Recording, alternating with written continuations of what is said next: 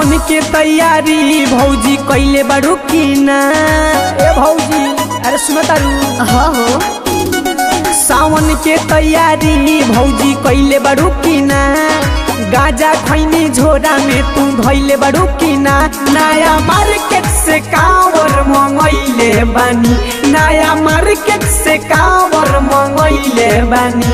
हम तो हर साल गंगा नहैले बानी, हम तो हर साल गंगा नहैले बानी। जाके देव घर हो जाके देव घर चिहिलम चढ़ैले बानी, जाके देव घर चिहिलम जरैले बानी।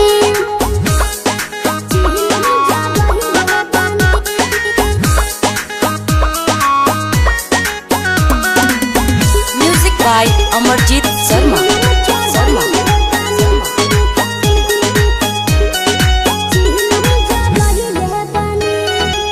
बाबा के नहरा जय हो जय कहरा, एवं गाजा खैनी मोहलत रह।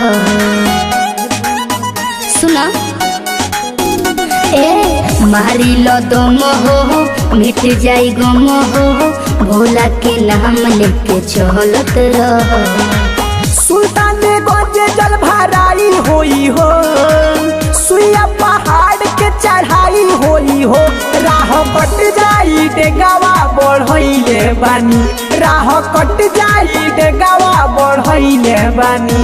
हम तो हर साल गंगा नहैले बानी, हम तो हर साल गंगा नहैले बानी।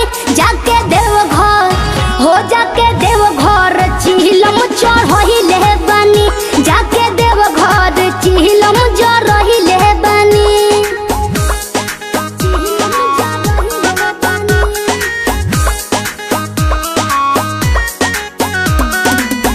Music by Amarjeet Sharma.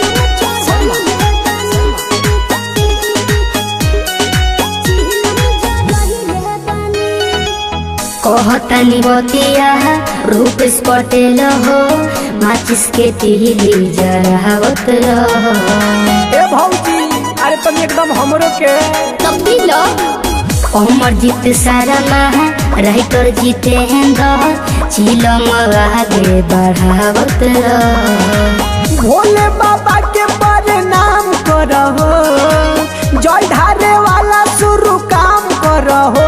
विनोद अमन के हमी सिखैले बानी, कुंदन प्यारे के हमी सिखैले बानी। हम तो हर साल गंगा नहैले बानी, हम तो हर साल गंगा नहैले बानी। जाके देव घर हो जाके देव घर चिहिलम चढ़ैले बानी, जाके देव घर चिहिलम जरैले बानी। Recording studio red angel music Raxaul.